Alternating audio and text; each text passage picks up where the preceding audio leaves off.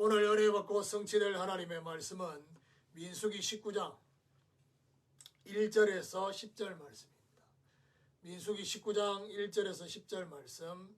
여호와께서 모세와 아론에게 말씀하여 이르시되 여호와께서 명령하시는 법의 율례를 이제 이르노니 이스라엘 자손에게 일러서 온전하여 흠이 없고 아직 멍에 매지 아니한 붉은 암송아지를 내게로 가져오게 하고 너는 그것을 제사장 엘르아살에게 줄 것이요 그는 그것을 진영 밖으로 끌어내어서 자기 목전에서 잡게 할 것이며 제사장 엘르아살은 손가락에 그 피를 찍고 그 피를 회막 앞을 향하여 7번 뿌리고 그 암소를 자기 목전에서 불사르게 하되 그 가죽과 고기와 피와 똥을 불사르게 하고 동시에 제사장은 백향목과 우슬초와 홍색 실을 가져다가 암송아지를 불사르는 불 가운데 던질 것이며 제사장은 자기의 옷을 빨고 물로 몸을 씻은 후에 진영에 들어갈 것이라.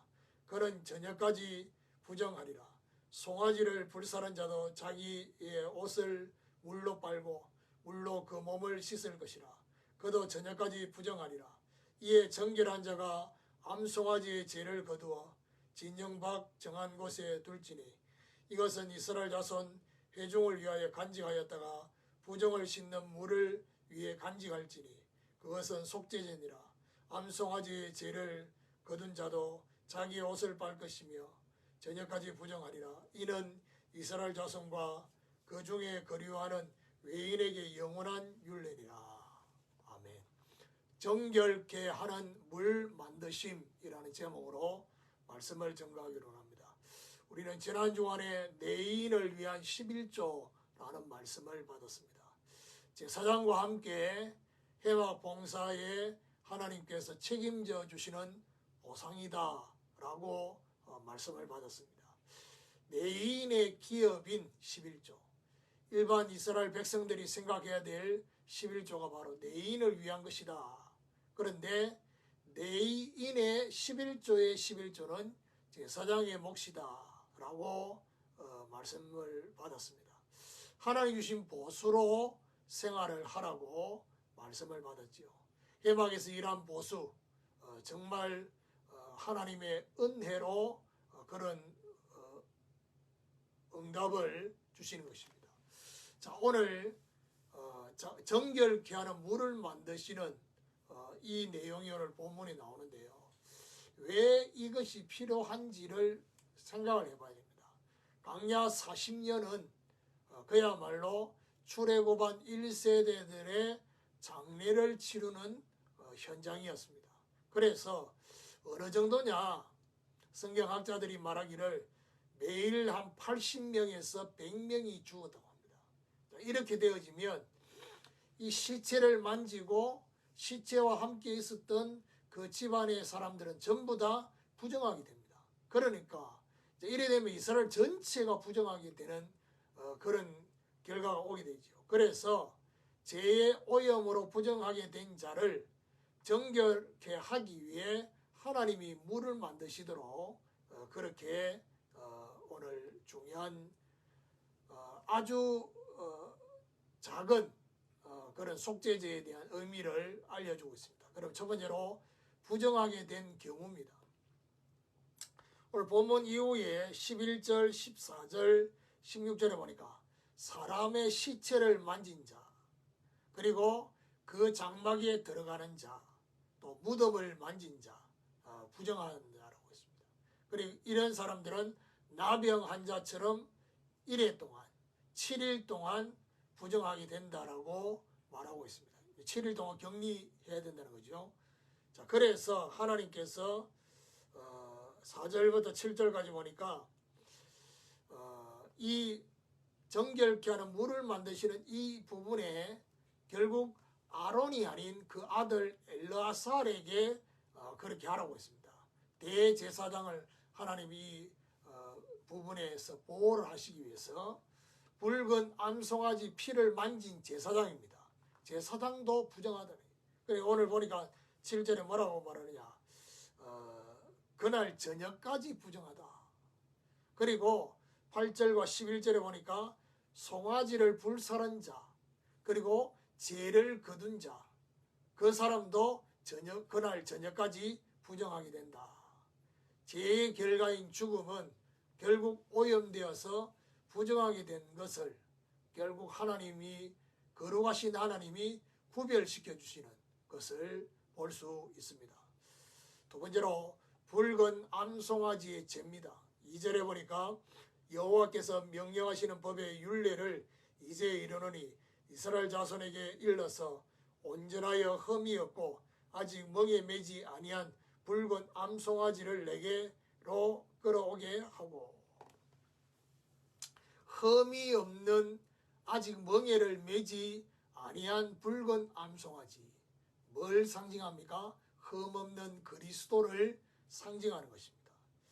3절 4절에 너는 그것을 제사장 엘르아살에게 줄 것이요 그는 그것을 진영 밖으로 끌어내어서 자기 목전에서 잡게 할 것이며 제사장 엘르아살은 손가락에 그 피를 찍고 그 피를 회막 앞을 향하여 7번 뿌리고 제사장 엘르아살이 진영 밖에서 잡으라.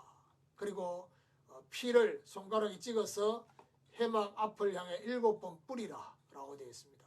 자, 그러면서 5절 6절에 보니까 그 암소를 자기 목전에서 불사르게 하되 그 가죽과 고기와 피와 똥을 불사르게 하고 동시에 제사장은 백향목과 우슬초와 홍색 실을 가져다가 암송아지를 불사르는 불 가운데 던질 것이며, 자, 이 붉은 암송아지의 죄를 그렇게 하기 위해서 하나님께서 가죽과 고기와 피와 똥을 불사르게 하는 여기에 백향목과 우슬초와 홍색 실까지도 같이 넣어서 어떤 면에서는 죄가 많이 나오도록 그렇게 하는 그런 의미도 있겠죠. 자, 그러면서 이에 정결한 자가 암송아지의 죄를 거두어 진영 밖 정한 곳에 둘지니 이것은 이스라엘 자손 회중을 위하여 간직하였다가 부정을 씻는 물을 위해 간직할지니 그것은 속죄제니라. 자, 여기 정결한 자가 죄를 거두어 간직하라. 이 말은 무슨 말이냐 하면 붉은 암송아지 죄를 쉽게 말하면 불사르고 하는 여기에 참여하지 않는 다른 사람을 말합니다. 다른 사람이 그 죄를 거두도록 그렇게 했습니다.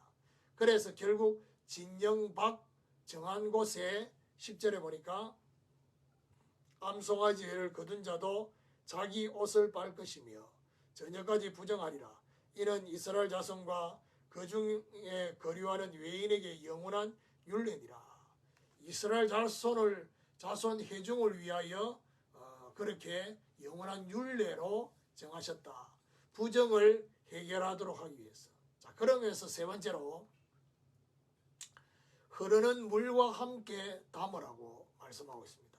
17절에 그 부정한 자를 위하여 죄를 깨끗하게 하려고 불살은 죄를 가져다가 흐르는 물과 함께 그릇에 담고, 불살은 죄를 흐르는 물과 함께 그릇에 담으라.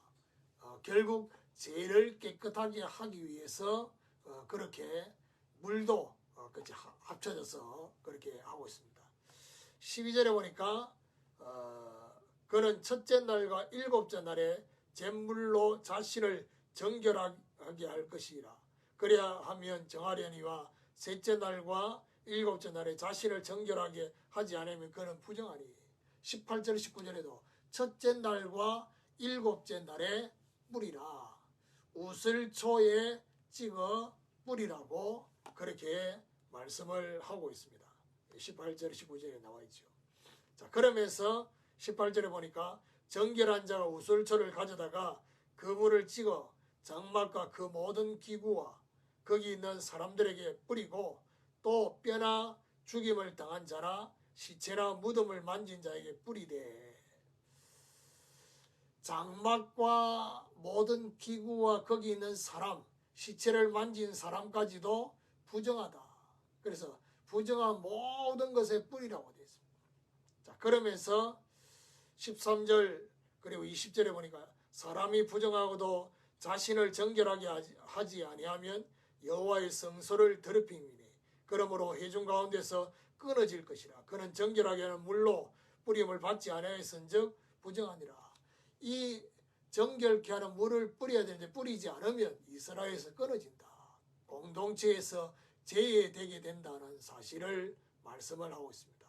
자, 그러면서 결국 13절과 20절에 보니까 여호와의 성막, 그리고 20절에는 성소, 여호와의 성막과 성소를 더럽힌다. 하나님과 함께 할 수 없게 된다라는 사실을 언급을 하고 있습니다. 자, 그렇다면 결론적으로 정결케 하는 물을 만드신 이 부분을 적용해 보면요, 하나님의 목적은 죄의 오염과 부정으로부터 구별되게 하신 것입니다. 이스라엘 백성들을 위한 배려였습니다. 어떤 의미에서 오늘 이 정결케 하는 물을 만드신 것은 간편한 속죄제를 주시는 의미입니다.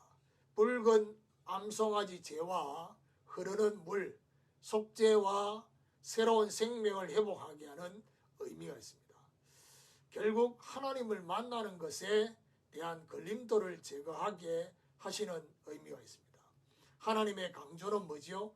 죄의 결과와 부정, 그리고 그리스도 대속의 정결함을 의미합니다.